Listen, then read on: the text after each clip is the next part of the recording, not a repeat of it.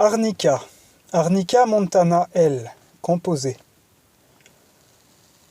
Tout amoureux de la montagne connaît la splendeur des prés délaissés par les troupeaux, où l'arnica se répand vite dans les pelouses à Nardus stricta. Cette superbe composée est immédiatement reconnaissable à ses grandes capitules orangées, généralement solitaires, très larges, jusqu'à 8 cm, aromatiques, à ses feuilles inférieures ovales, à nervures longitudinales saillantes en dessous, d'où le nom de plantain des Alpes, et surtout aux deux petites feuilles opposées du milieu de la tige.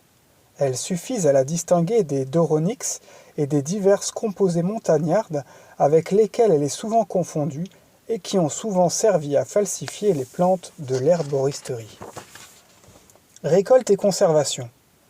L'arnica est assez commun au-dessus de 600 mètres dans les prés pauvres et les bois clairs des Vosges, du massif central, des Alpes et des Pyrénées, sur les sols acides où il fleurit à la fin du printemps et au début de l'été.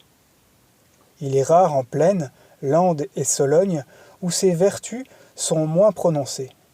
On récolte les capitules le matin, en juillet de préférence, avant leur épanouissement, car, comme chez la plupart des composés, les fleurs trouvent assez de matière nutritive dans le réceptacle pour continuer de croître après la cueillette et finissent par se détacher. On les fait sécher le plus vite possible afin qu'ils gardent leur couleur et leur parfum, signe d'une bonne conservation des principes actifs. On les tient ensuite en boîte bien close. Les capitules d'arnica, comme ceux de beaucoup de composés, sont fréquemment parasités par une mouche qui leur est spéciale et dont les larves noires se nourrissent. J'ai récolté dans le Massif central à la fin de juillet 1964, vers 1000 mètres d'altitude, une centaine de capitules d'arnica qui étaient tous parasités, tandis que, à la même saison en 1965, je cueillis dans l'Ariège, vers 1100 mètres, un nombre à peu près identique de fleurs toutes saines. Il est donc préférable d'examiner quelques capitules épanouies avant de commencer la cueillette. Bien que la larve de la Tripetta arniquivora soit très facile à extraire et que les capitules parasitées puissent être employées après nettoyage, certains auteurs la disent très toxique, tandis que d'autres l'accusent de faire perdre à la plante une partie de ses pouvoirs. Propriétés médicinales. L'emploi de l'arnica à l'intérieur, notamment comme antispasmodique, est à exclure de la médecine domestique. C'est une plante toxique, dangereuse entre des mains inexpertes. Je me contenterai de parler ici de son utilisation externe, si populaire dans les contusions, les ecchymoses, les traumatismes les plus divers, qu'elle a valu à la plante le nom d'herbe des chutes. L'usage de l'arnica à l'extérieur nécessite des précautions, généralement ignorées, qu'il convient d'examiner tout de suite. Employée pure, la teinture de fleurs peut donner lieu à des réactions allergiques parfois graves, et il est nécessaire de l'étendre de 10 fois son volume d'eau. Liégeois conseille le mélange suivant. Teinture d'arnica, 20 g. Glycérine, 50 g. Eau, bouillie ou distillée, 60 g.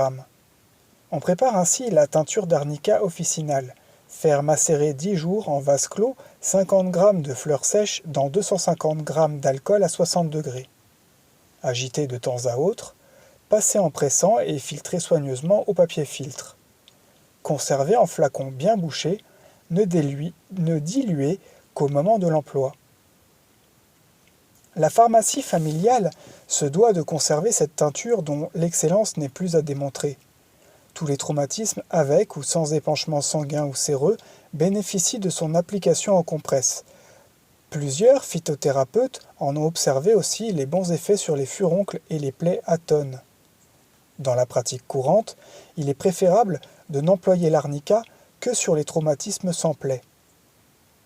L'action externe de la teinture est très renforcée. Les homéopathes l'ont montré par la prise interne de haute dilution de la plante. Arnica 15 CH, 3 granules à laisser fondre sous la langue tous les quarts d'heure pendant la première heure après le choc, puis toutes les 1 à 2 heures jusqu'à l'amélioration. Culture. Contrairement à ce qu'affirment divers auteurs, l'arnica ne se contente pas de n'importe quel terrain et sa culture, du moins pour l'herboristerie, n'est possible que dans les sols préférés habituellement par la plante, à une certaine altitude. C'est cependant une fleur si belle que l'on peut en tenter l'acclimatation dans les jardins à condition de disposer d'une terre siliceuse, légère, humifère, terre de bruyère par exemple, et assez humide. On sème en mars-avril les graines récoltées en juillet-août sur des pieds sauvages et l'on replique à la fin de l'été. On peut aussi tenter des transplantations de pieds ou d'éclats de pieds.